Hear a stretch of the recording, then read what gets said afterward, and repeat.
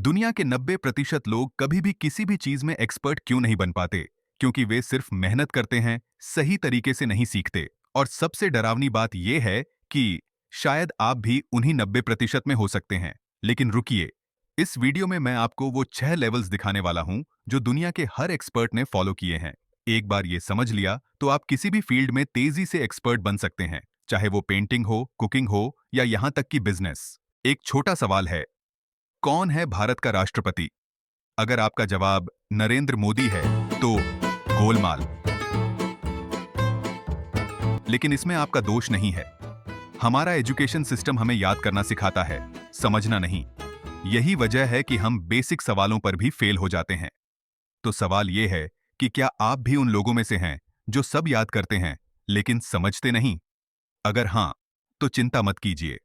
मैं आपको एक ऐसी साइकोलॉजी बेस्ड स्ट्रेटजी देने वाला हूं जिससे आप किसी भी चीज में तेजी से एक्सपर्ट बन सकते हैं। Level 1, remembering the foundation.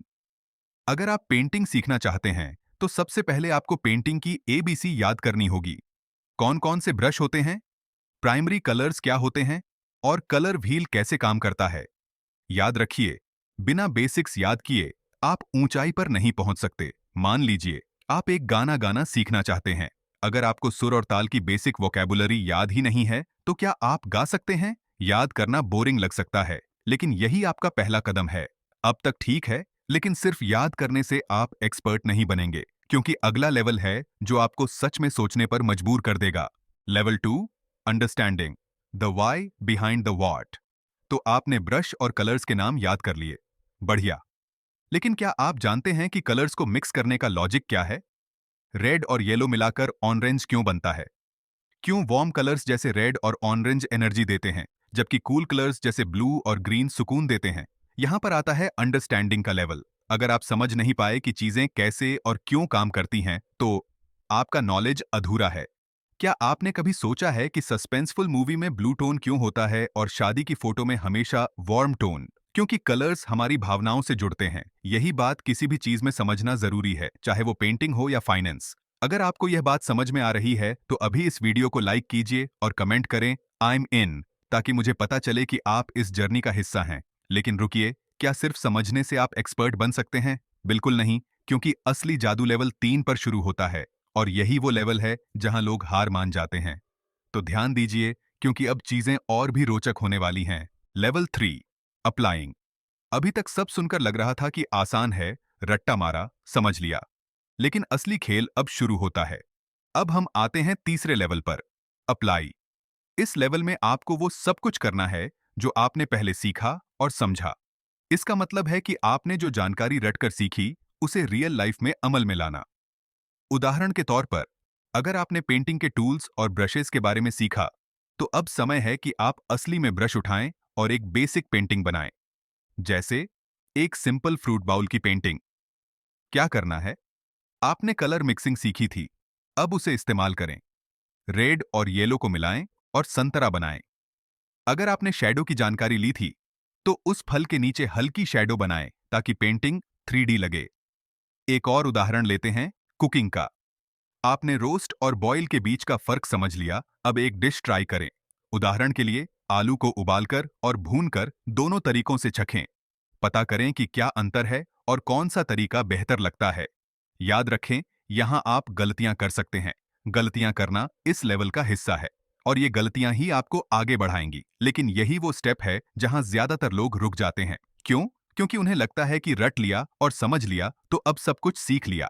लेकिन अगर आप यहां रुक गए तो आप कभी भी एक्सपर्ट नहीं बन पाएंगे। और यही वो वजह है कि लोग कभी भी अपने सपनों को हकीकत में नहीं बदल पाते। अब सवाल यह है कि जो पेंटिंग या कुकिंग आपने बनाई है, क्या वह सही है?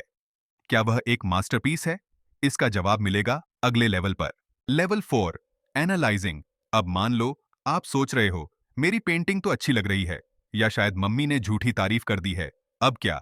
यहीं आता है चौथा लेवल, एनालाइजिंग। इस लेवल में आप अपने काम का गहराई से मूल्यांकन करते हैं और दूसरों के साथ तुलना करते हैं। उदाहरण के लिए, अगर आपने फ्रूट बाउल की पेंटिंग बनाई, तो आप उसकी तुलना एक प्रोफेशनल आर्टिस्ट की पेंटिंग से करें। क्या फर्क नजर आता है? क्या आपकी पेंटिंग में शैडो रियलिस्टिक लग रही है? क्या आपकी कलर मिक्सिंग स्मूथ है? क्या फ्रूट्स के बीच गहराई और दूरी सही दिख रही है? एक और उदाहरण, अगर आपने कुकिंग में कोई डिश बनाई तो किसी शेफ की डिश से तुलना करें। क्या आपकी डिश का स्वाद बैलेंस्ड है? क्या टेक्सचर सही है या आलू थोड़ा ज्यादा पक गया? इस स्टेप पर आप अपनी गलतियों को पहचानते हैं। आपको यह समझ आता है कि क्यों आपकी पेंटिंग या डिश परफेक्ट नहीं थी, और यही एनालिसिस आपको बेहतर बनाने का पहला कदम है। लेकिन यह भी वो स्टेज है जहां ज्यादातर लोग हार मान लेते हैं। क्यों? क्योंकि अपनी कमियां स्वीकार करना सबसे मुश्किल काम है, मगर जो लोग इसे पार कर जाते हैं वही आगे चलकर मास्टर बनते हैं। अब सवाल यह उठता है कि आपने जो कमियां पहचानी हैं, उन्हें सुधारने के लिए क्या करेंगे? Level 5, evaluating. अब तक आपने जो भी स्किल सीखी है, क्या वह वाकई सही है? क्या आप उसे किसी भी स्थिति में इस्तेमाल कर सकते हैं? यह लेवल है इवैल्यूएटिंग। इवैल्यूएटिंग का मतलब है अपनी स्किल्स को परखना, उनकी क्वालिटी को जज करना और यह देखना कि क्या वे सही दिशा में जा रही हैं। कैसे करें? फीडबैक लेना। अपने दोस्तों, परिवार या एक्सपर्ट्स से पूछें, क्या मेरी पेंटिंग वाकई में अच्छी है? क्या यह डिश किसी प्रोफेशनल शेफ के लेवल की लगती है? Self review. अपने पहले और अब के काम को कंपेयर करें। देखें कि आपने कितना सुधार किया है और कहां कमी है। मान लीजिए, आपने एक आर्ट वर्क बनाया है। अब इसे किसी आर्ट गैलरी में दिखाएं या सोशल मीडिया पर अपलोड करें। लोग क्या रिएक्शन देते हैं? उनके पॉइंट्स को ध्यान से समझें। इवॉल्युएटिंग का असली मकसद है खुद को क्रिटिकली देखना। यह मुश्किल हो सकता है, लेकिन यही वो स्टेप है जो आपको एवरेज से महान की ओर ले जाएगा। महत्वपूर्ण बातें। ईमानदारी से अपनी गलतियों को स्वीकार करें। बाहरी फीडबैक को सुधारने के मौके के तौर पर लें, न कि आलोचना के। लेकिन क्या सिर्फ इवॉल्युएट करना काफी है? नहीं। असली मास्टरी का लेवल तो अब आता है। Level 6, creating. आपने स्किल सीखी, उसे बेहतर बनाया और फिर उसे जज किया। अब आप उस लेवल पर पहुंच चुके हैं जहां आप कुछ नया बनाने के काबिल हैं।